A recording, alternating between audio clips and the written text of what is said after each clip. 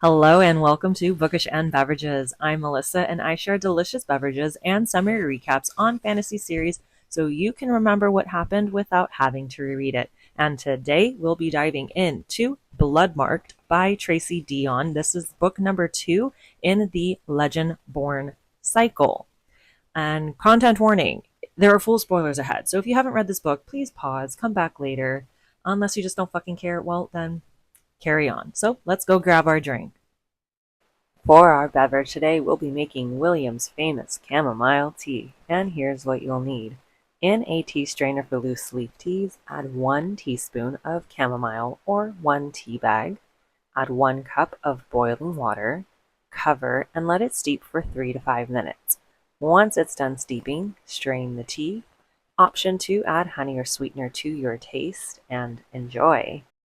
Drinks in hand, let's dive into our book. So we pick up right where the first book ended. Bree is recounting everything that happened the night before. She pulled Excalibur while being possessed by both of her ancestors, Vera and Arthur.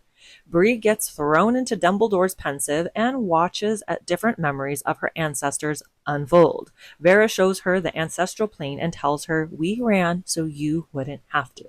1 month later, Bree is officially moved into the lodge, has a shadow babysitter at all times around campus, and Nick is still MIA. Sneaking out for some solitude, Bree gets caught by William, so he ends up joining her at the arena where she practices and fails to control her aether from Arthur.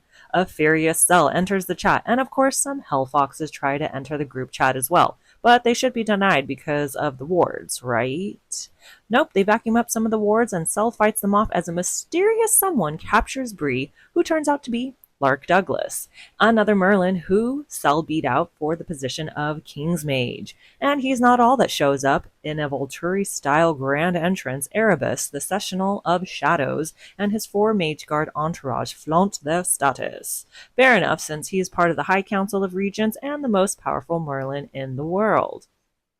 The Merlin Volturi entourage all bow to Bree and discuss security measurements, totally slighting Cell and his capabilities, especially after Bree's rebellious escapades. Erebus orders Lark to protect Bree, Balm telling her that she's going to bond with Lark and take him as her King's Mage. Bree wants Cell, but he's still bound to Nick. During the funeral service, to honor the 4 that fell during the Demon Cave fight, Evan's mom speaks out about getting answers about her son's death and where in the world is Carmen Sandiego? I mean, Arthur Scion Nick. Yup, they're keeping it a secret that Bree is the real Arthur Scion. And that's not all they have up their sleeves. The Regents use the funeral service to pull a smoke and mirrors publicity stunt to cover up Lord Davis's betrayal and bury the upcoming Canlin War, and use Cell as the scapegoat to pin it all on him. Thank goodness our boy Cell skedaddled before they could arrest him for crimes he didn't commit.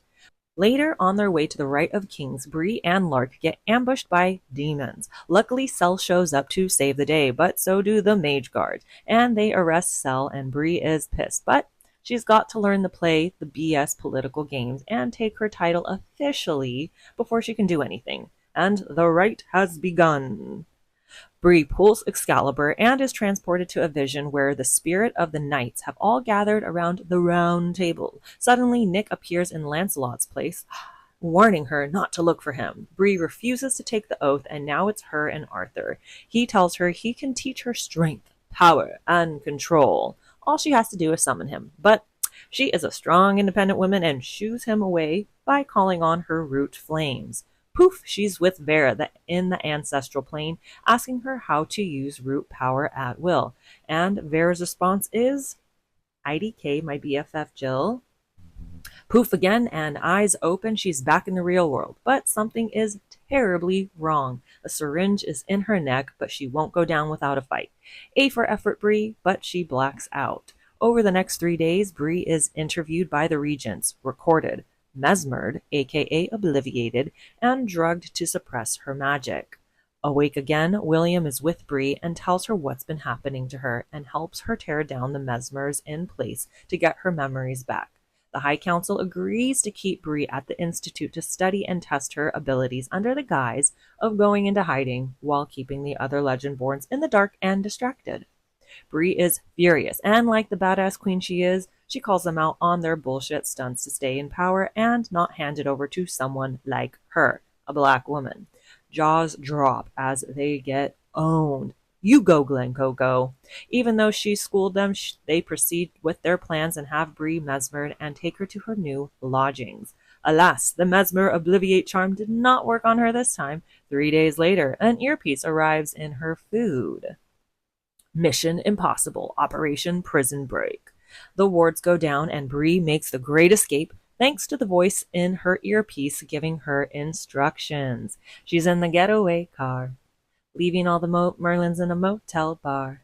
It's Alice Chan and 3 loyal liege. That was the last time they ever saw Bree.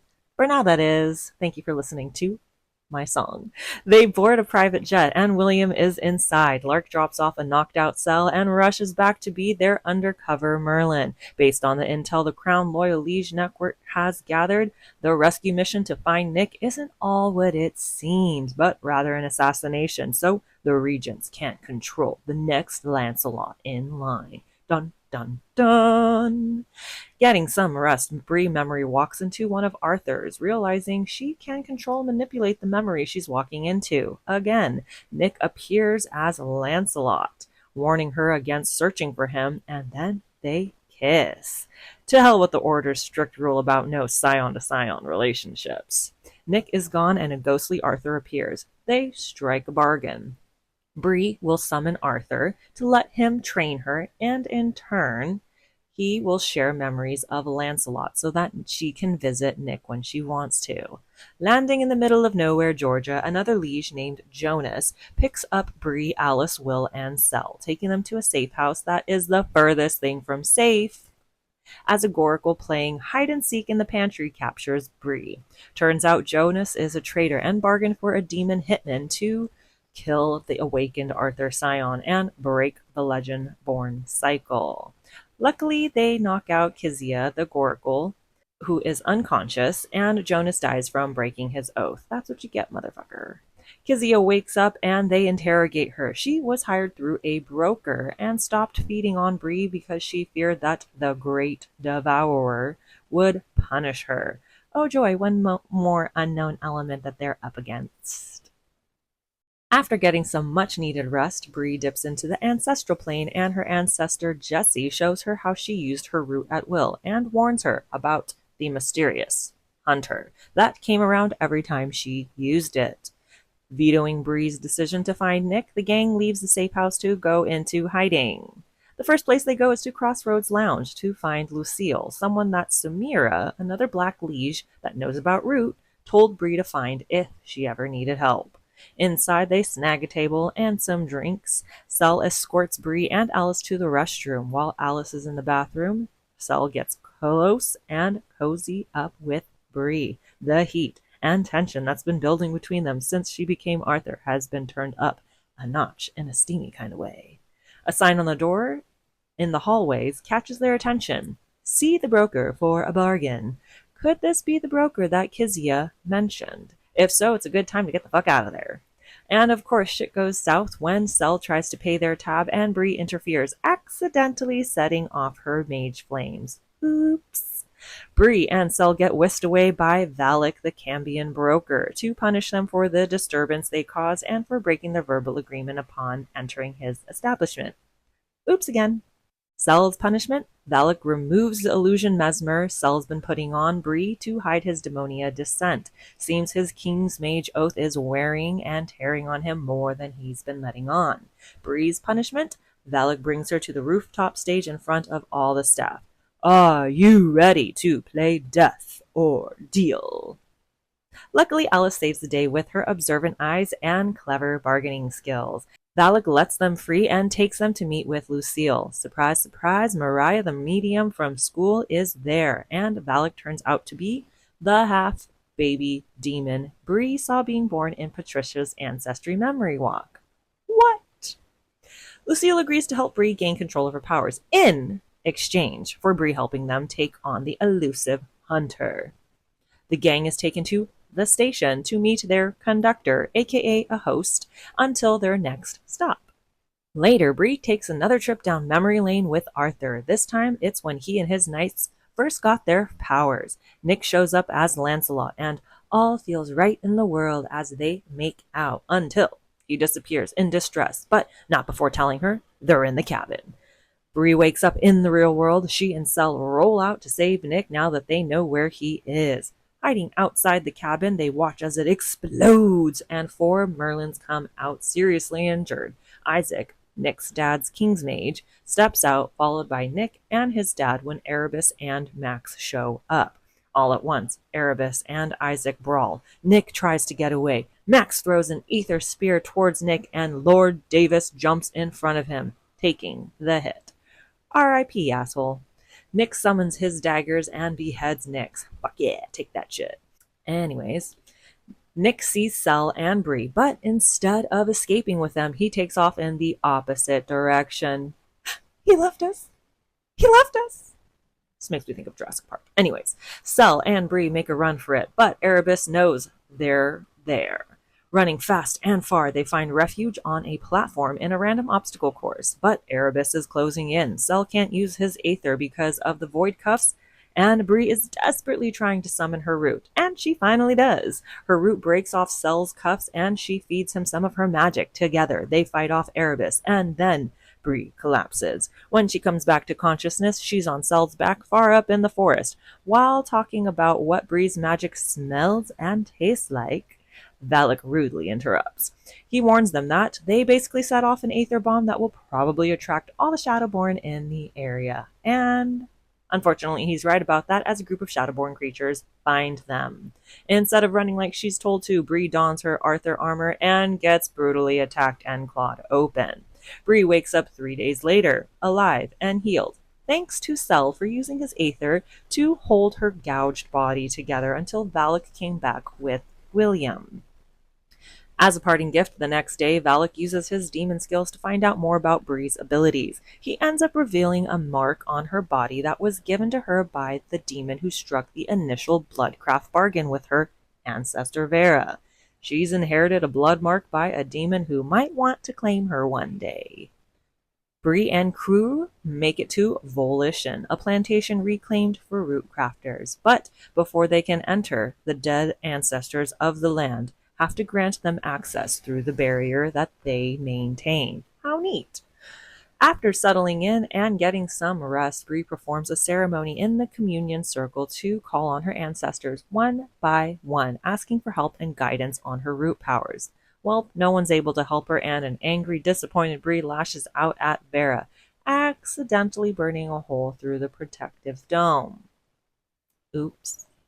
Cell chases Bree to calm her down, and she pulls him into one of Arthur's memories. Bree, Nick, and Cell are all together in the memory. Nick shares that he's trying to find a way to break the Legendborn Cycle. Without killing Bree, of course. Montage time as Bree trains her root and Aether powers with Cell and William. And happy birthday to Bree! Cell surprises her with a trip to the waterfall and a field of fireflies. She finally has the guts to ask him about the night he called her Cariad, aka sweetheart, darling, beloved, love. He's been falling for her ever since. Clearly, Bree is done fighting her growing feels for Cell as well, and they finally kiss, and I'm all here for it. Sorry, Nick. Back at Volition, they spot the Mage Guard trying to break the barrier. Not good. Safe within, everyone comes out to the edge as more Mage Guard roll up along with Erebus, and he doesn't come back empty-handed. Patricia, Bree's therapist turned mentor, steps out. Her in exchange for Bree coming out of the barrier. Bree finally calls Arthur up to bat. The exchange is made. Breather, that's what I'm calling both of them together, Breather fights the Mage Guard. Kapow, kapow! And Cell helps fight. Alice turns on the ultrasonic sound device and takes out all the Merlins, besides Erebus, of course. As Alice drags Cell to safety, Erebus tries to attack, but Breather blocks him. In full-on fight mode, Breather accidentally throws Alice, thinking she's one of the Mage Guard. No, poor Alice. But what's this? Arthur has plans of his own. He fully takes over and kicks Bree out of her body. Dun dun dun! The plot thickens. In a Freaky Friday body switch gone wrong moment, Bree is in Arthur's Camelot dreamland, while Arthur is in Bree's body facing off with the Shadow King he thought he killed centuries ago. The Shadow King reveals the blood mark on Bree's body. He was the demon Vera made the bargain with. The Shadow King pieces out when more Mage Guard appear, including Regent Sestra. Arthur goes willingly with them in hopes of meeting with his table, but the Root ancestors show their fury after they void cuff Bree by opening a chasm in the ground, swallowing the metal beasts. Erebus, Sestra, and Arthur escape in the last car and make it to the northern chapter where all the Legendborns are meeting. And surprise, surprise, the line of Morgaine enters the chat finally. All of the Legendborns, minus the traitor's bitch Victoria, or Tor, have been working with Ava, the Morgaine heir, after they gave them some intel on what the shady-ass council has really been up to. Sneaky, sneaky. Chaos erupts as the Sessionals fight the Morgaines and Legendborns until they retreat with the cowardly Regents, because we all know the Regents don't fight shit. Back in Camelot Dreamland, Bree touches the Shadow King's crown and her root power comes back to her. She's fighting off a Dream Merlin and a Dream Lancelot. She grows ruby scales and wings and flies off like a badass. And somehow Nick and Cell enter the dream to try to help her take her body back. Cell ends up sucking the aether from her, losing more of his humanity, while Nick helps her kick Arthur out of her body. She rejects Arthur and the oath, waking up in her body again. Goodbye, Arthur, for now, you asswipe. Alice is alive, but in a coma. Cell is passed out, but no one knows how far gone he'll be when he wakes up, and the 6 council members have escaped. The next morning, Bree visits her ancestral plane and she burns it down. She's taking back her power and becoming her own weapon. Then she summons the demon who blood-marked her ancestors, the man of many faces, the Shadow King, the Hunter, the Great Devourer, and, drumroll please, Erebus. He has been protecting the line of Vera, his investment. Like Harry Potter, she's been raised to be slaughtered at the right moment. Well, kinda. Basically, the more powerful she gets, the more powerful he'll become when he devours her aether after she dies, and he can take back the Shadow Court. She makes another bargain with him, brings Cell to his mom in hopes that she can help him recover from his demonia and teach her how to use and control her powers. In turn, she'll become a powerful superfood snack boost for him when she dies. Erebus, aka the Shadow King, brings Cell to Bree. He is more demon than human, then whisks him away to drop him off with his mom, Natasha. Erebus comes back as Nick and William come running for Bree, but she takes Erebus's hand and disappears. That is the end of this summary recap, and thank you so much for watching. Stay tuned for more summary recaps on your favorite fantasy series. And if you enjoyed this summary recap, please be sure to like, subscribe, and share with your fellow book lovers. And if you have any recommendations on fantasy series you'd like summary recaps on, just drop it in the comments below. And thank you, thank you, thank you.